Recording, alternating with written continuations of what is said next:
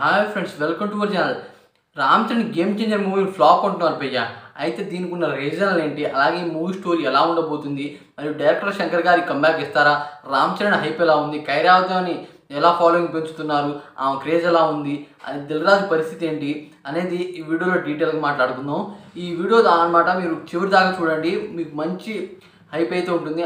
అలాగని నేనైతే కొన్ని డార్క్ ఫ్యాక్ట్స్ అయితే చెప్తాను, మీరు నాకైతే తప్పుగా అయితే కామెంట్ చేయకండి. ఈ వీడియోలో అయితే ఎంటర్ అవుతాం భయ్య. దానికన్నా ముందు మన ఛానల్లో అనమాట మెంబర్షిప్ కార్డ్ అయితే పెడుతున్నాను భయ్య. 60 రూపాయలకి అయితే మీకు ఈ మెంబర్షిప్ కార్డ్ అయితే వస్తుంది. నేను చేసే ప్రతి వీడియో అనమాట మీకు ప్రీమియం ద్వారా ముందే మీరు చూడొచ్చు. ఇక వీడియోలో అయితే ఎంటర్ అవుతాం భయ్య. ఫస్ట్ ఆఫ్ ఆల్ అనమాట ఈ మూవీ గురించి మాట్లాడుకుందాం. అంటే డైరెక్టర్ శంకర్ గారి గురించి మాట్లాడుకుందాం. డైరెక్టర్ శంకర్ గారు భారతీయుడు అంటే ఇండియన్ 2 మూవీ అయితే తీశారు భయ్య. దానికనమాట దిల్ రాజు గారు ప్రొడ్యూసింగ్ చేయాలని ముందైతే అనుకున్నారు. అయితే చివరి నిమిషంలో అనమాట దిల్ రాజు గారు తప్పించుకున్నారు. లైకా వాళ్ళు ఈ మూవీని ప్రొడ్యూస్ చేశారు. అయితే దారుణమైన డిజాస్టర్ అయితే ఇచ్చింది భయ్య. చెప్పాలంటే డైరెక్టర్ శంకర్ గారి కెరియర్లో అనమాట దారుణమైన డిజాస్టర్. అయితే డైరెక్టర్ శంకర్ గారు మంచి మంచి సినిమాలు అయితే తీశారు భయ్య. రోబో, అలాగే జీన్స్, దాని తర్వాత ఐ మూవీ, ఇలాగా ఒక్కడు, ఇక భారతీయ అంటే ఇండియన్ మూవీ, ఇలాంటి మంచి మంచి హిట్స్ ఇచ్చిన మూవీ డైరెక్టర్ అనమాట. ఇప్పుడు అనమాట ఫ్లాప్లో అయితే పోయాడు. చూడ్డానికి చాలా బాధగా అయితే నాకైతే ఉంది. అయితే ఈ మూవీ స్టోరీ అనమాట ఆయన అయితే రాయలేదు. అయితే ఆయన అనమాట స్క్రీన్ ప్లే మాత్రం ఇస్తున్నారు. దీన్ని అనమాట ఇంకో డైరెక్టర్ అనమాట ఈ మూవీ స్టోరీ అయితే రాసిన దాన్ని ఈయన జస్ట్ స్క్రీన్ ప్లే అయితే ఇస్తున్నారు. అయితే భయ్య ఇప్పుడు డైరెక్టర్ శంకర్ గారికి కంబ్యాక్ ఇస్తారా లేదా అనేది అనమాట ఈ మూవీని చూశాకే మనకు తెలుస్తుంది. మూవీ చూడకుండా జడ్జ్ చేయడం తప్పు.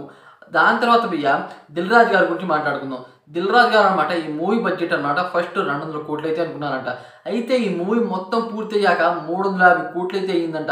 ఇది చాలా దారుణమైన విషయం. 2 ఎక్స్ప్లెనేషన్ ఇస్తున్నాను మీకు, అంటే 2 సీన్ల గురించి చెప్తాను. ఫస్ట్ ఆఫ్ ఆల్ అనమాట వైజాగ్ బీచ్లో సాంగ్ ఉందిగా, దీనికోసం అనమాట దాదాపు 2000 మందిని అయితే పిలిచారంట. అయితే ఈ సాంగ్ 8 రోజులు అయితే షూట్ చేశారంట. దాదాపు ఆ సాంగ్కే 30 కోట్ల దాకా ఖర్చు అయిందంట. ఇది మామూలు విషయం కాదు. జస్ట్ సాంగ్ అనమాట ఈ విధంగా అయితే చేశారు. కానీ ఆ సాంగ్ అనమాట ఈ మూవీకి మంచి హైప్ ఇస్తుంది. దాంట్లో రామ్ చరణ్ వేసిన స్టెప్పులు అనమాట ఎరగదీశాడు. చెప్పాలంటే జరగండి సాంగ్ కన్నా ఈ సాంగ్ చాలా బాగుంది, తమన్ గారు బాగానే కొట్టారు అని చెప్పాల్సిందే. దాని తర్వాత భయ్య ఆ సాంగ్ కల దాని తర్వాత ఐరాధ్వానికి మరియు మన రామ్ చరణ్ అన్నకి ఒక రొమాంటిక్ సాంగ్ అయితే ఉంది. దాన్ని అనమాట ఫారెన్లో 2-3 దేశాల్లో అనమాట ఆ సాంగ్ అయితే షూట్ చేశారు. దానికి దాదాపు ఆ సాంగ్ అనమాట 4 రోజులు చేశారంట. ఇది చాలా దారుణమైన విషయం.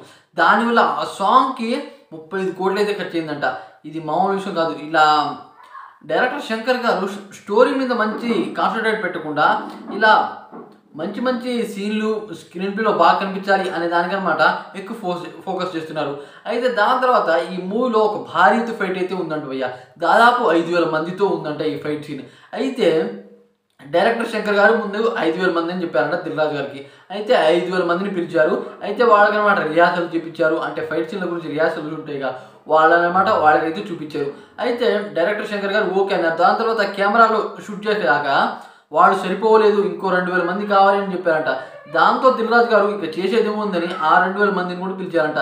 దానివల్ల ఆ ఫైట్ సీన్ అనమాట దాదాపు 40 కోట్ల దాకా అయితే ఖర్చిందంట. స్క్రీన్ ప్లే మీద ఎక్కువ ఫోకస్ చేస్తున్నారు, కంటెంట్ మీద ఎక్కువ ఫోకస్ చేయట్లేదు అనే దాని గురించి టీమ్ అంటే డైరెక్టర్ శంకర్ గారు ఈ విధంగా స్క్రీన్ ప్లే మీద ఎక్కువ ఫోకస్ చేస్తున్నారు, స్టోరీ మీద ఫోకస్ చేయట్లేదు. అలాగే బడ్జెట్ కూడా భారీ ఎత్తున అవుతుంది. దానివల్ల దిల్ రాజు గారు కొద్దిగా ఇబ్బంది పడుతున్నారు. ఆయన అయితే చెప్పట్లేదు, కానీ ఫేస్ అనమాట కొద్దిగా స్మైల్ ఇచ్చి అనమాట ఈ విధంగా చేస్తున్నారు. అయితే భయ్య కొద్దిగా మూవీ బాగుంటే అనమాట దిల్ రాజు గారికి మంచి కలెక్షన్ వసూలు చేస్తుంది. మొత్తం ఆయన దగ్గర నుండి డబ్బులు రావుగా, అక్కడ నుండి ఇక్కడ నుండి వడ్డీ తీసుకొస్తే మాత్రం చేస్తారు. అయితే వడ్డీ అనమాట వడ్డీ తినేస్తుంది మనుషుల్ని. ఆ రకంగా వడ్డీ అయితే ఉన్నాయి. 200 కోట్లు కనీసం 350 కోట్లు అయిందంటే అది మామూలు విషయం కాదు. మొత్తం వడ్డీ తీసుకొచ్చింది. అయితే స్టోరీ బాగుంటే అలాగే బ్లాక్ బస్టర్ అయితే మంచి కలెక్షన్ వసూలు చేస్తుంది. దిల్ రాజు గారికి మంచి కలెక్షన్ అంటే కలెక్షన్ గ్రాసే వస్తుందని నాకైతే అనిపిస్తుంది. దాని తర్వాత భయ్య ఇంకో విషయం ఏంటంటే దీంట్లో రామ్ చరణ్ అన్నకి కొద్దిగా హైప్ ఉంది. నెంబర్ 1 ఈ మూవీ అట పిల్లర్ అంటే రామ్ చరణే. ఆయనకి మంచి హైప్ ఉంది. అలాగే మంచి డాన్సర్ మరియు గ్లోబల్ వైడ్గా త్రిబుల్ ఆర్ మూవీ వల్ల అనమాట అతనికి పాన్ ఇండియా వైజ్గా మంచి పేరు ఉంది. దాని కారణంగా ఆయన కొద్దిగా గ్రిప్ ఉంది. దానివల్ల ఈ స్టోరీ నెట్టుతారు. ఆయన చెప్పాలంటే భుజాల మీద స్టోరీ తీస్తున్నారని నాకైతే అనిపిస్తుంది భయ్య. అయితే ఈ మూవీ టీం వాళ్ళు అనమాట మంచి మంచి పోస్టర్లు ఇవ్వకుండా మంచి మంచి సాంగ్స్ ఇవ్వకుండా ఈ మూవీని హైప్ పెంచట్లేదు. అది చాలా దారుణమైన విషయం. మూవీకి హైప్ పెంచితే పోస్టర్లు కొత్త కొత్త వస్తాయి. దానివల్ల అనమాట దాదాపు ఈ మూవీ షూటింగ్ స్టార్ట్ అయ్యి దాదాపు 3.5 years అవుతుంది. దానివల్ల ఫస్ట్లో బాగానే క్రేజ్ ఉండేది, కానీ ఉంటూ ఉంటూ బాగా తగ్గిపోయింది. దీనివల్ల ఈ మూవీ వాళ్ళు ఎక్కువ పోస్టర్లు ఇవ్వట్లేదు, మూవీ అప్డేట్స్ ఇవ్వట్లేదు దాని కారణంగా. అయితే ఇదొక అనమాట పొలిటికల్ అలాగే కమర్షియల్ మూవీలో అనమాట. కమర్షియల్ మూవీలో ఎలా ఉంటుంది మనకు తెలిసిందే. ఫస్ట్లో ఒక సాంగ్ హీరో ఎంటర్ అవ్వగానే, మరియు ఇంటర్వెల్ దగ్గర ఒక ఫైట్ మరియు రొమాంటిక్ సాంగ్, క్లైమాక్స్లో ఒక ఫైట్, ఇలాంటి స్టోరీ. దాంతో అనమాట దీన్ని రాజకీయం కొద్దిగా కలుపుతున్నారు ఈ కమర్షియల్ మూవీలో. అలాగే డబల్ రోల్లో మన రామ్ చరణ్ అయితే వస్తున్నాడు. ఇది మంచి విషయం చెప్పాలంటే. దాని తర్వాత కైరా అద్వానీ గురించి మాట్లాడుకుందాం భయ్య. కైరా అద్వానీ గారికి ఫస్ట్లో క్రేజ్ ఉండేది 3 సంవత్సరాల క్రితం, కానీ ఇప్పుడు తను పెళ్లి చేసుకునే అలాగే ప్రెగ్నెంట్ అయింది. దాని కారణంగా తనకు కూడా కొద్ది క్రేజ్ అయితే తగ్గింది భయ్య చెప్పాలంటే.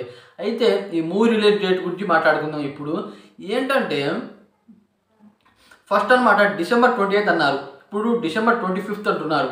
అయితే December 25 మంచి డేటే చెప్పాలంటే, వీకెండ్ కలిసి వస్తుంది. అలాగే సంక్రాంతి కూడా వస్తుంది. అయితే సంక్రాంతికి మంచి మంచి సినిమాలు అయితే రిలీజ్ అవుతున్నాయి. ఇప్పుడు మన చిరంజీవి గారి విశ్వంబర, అలాగే బాలకృష్ణతో ఒకటి, అలాగే వెంకటేష్ గారితో ఒకటి, ఇలాంటి మూడు భారీ ఓల్డ్ హీరోస్ సినిమాలు అయితే వస్తున్నాయి. చాలామంది ఫ్యాన్స్ ఉంటారు వాళ్ళకు కూడా. దానివల్ల ఈ మూవీ కలెక్షన్ లాస్ దెబ్బవుతుందని నాకైతే అనిపిస్తుంది. అదే కాకుండా పుష్ప 2 అయితే ఉంది. అదే కాకుండా భయ్య ఎంత ఉన్నా సరే రామ్ చరణ్కి గ్లోబల్ వైడ్గా మంచి పేరే ఉంది. అలాగే బాలీవుడ్లో కూడా భారీ పేరు ఉంది మన రామ్ చరణ్కి. ఎందుకంటే RRR మూవీలో అనమాట అతనికి ఉన్న హైప్ మామూలు విషయం కాదు. అతనికి చూపించే విధానం రాజమౌళి గారు బాగా చూపించారు. దానివల్ల బాలీవుడ్లో మంచి పేరు అయితే వచ్చింది మన రామ్ చరణ్కి. అది వాడుకొని ఈ మూవీ టీం వాళ్ళు మంచి స్టోరీ లైన్, అలాగే మంచి స్క్రీన్ ప్లే, అలాగే మంచి సాంగ్స్, మంచి స్టోరీ లైన్ ఇస్తే మాత్రం మూవీ చాలా పెద్ద బ్లాక్ బస్టర్ అవుతుంది. ఒకవేళ ఈ మూవీ కానీ ఫ్లాప్ అయితే అందరూ చెప్పినట్టు డైరెక్టర్ శంకర్ గారిని అసలు ఇక ముందు అనమాట ఆయన సినిమాలు తీయలేరు. రామ్ చరణ్ అనే క్రేజ్ కూడా తగ్గిపోతుంది. ఎందుకంటే ఒకప్పుడు పెద్ద హీరో మన రామ్ చరణ్ గ్లోబల్ వైడ్గా పేరుంది. దానివల్ల వరుస పెట్టి ఆచార్య మూవీ ఫ్లాప్ అయింది, ఈ మూవీ ఫ్లాప్ అయితే మన రామ్ చరణ్ అనే క్రేజ్ మొత్తం తగ్గుతుంది. దిల్ రాజు గారు కూడా భయపడతారు ఇక ముందుకు అనమాట ప్రొడ్యూసింగ్ చేయడానికి. మొత్తం డైరెక్టర్ శంకర్ గారి చేతిలోనే ఉంది భయ్య. స్టోరీ ఆయన రాలేదు, కానీ స్క్రీన్ ప్లే అయితే ఆయన ఇస్తున్నారు. ఇక ఏం జరుగుతుందో ఏంటో. మూవీ మాత్రం హైప్ మాత్రం కొద్దిగా తగ్గిస్తున్నారు మూవీ టీం వాడే. ఏమైందో ఏంటో మంచి పోస్టర్లు ఇవ్వట్లేదు. దాని కారణంగా కొద్దిగా దెబ్బ అయ్యే అవకాశాలు అయితే ఉన్నాయి. నేను ఇవన్నీ అనమాట నాకు తెలిసిన తర్వాత నేను సేకరించాను. అయితే ఈ మొత్తం నేనే అల్లానని మీరైతే అనుకోకండి. ఇది నెంబర్ 1 ఫ్యాక్ట్ అనమాట. ఏం జరుగుతుంది ఏంటో. మరి మీరు మాత్రం తప్పుగా నా వీడియోకి కామెంట్లు అయితే చేయకండి. వీడియో నచ్చినట్టయితే లైక్ చేయండి, షేర్ చేయండి, అలాగే ఛానల్ని సబ్స్క్రైబ్ చేసుకోండి. Thanks for watching friends.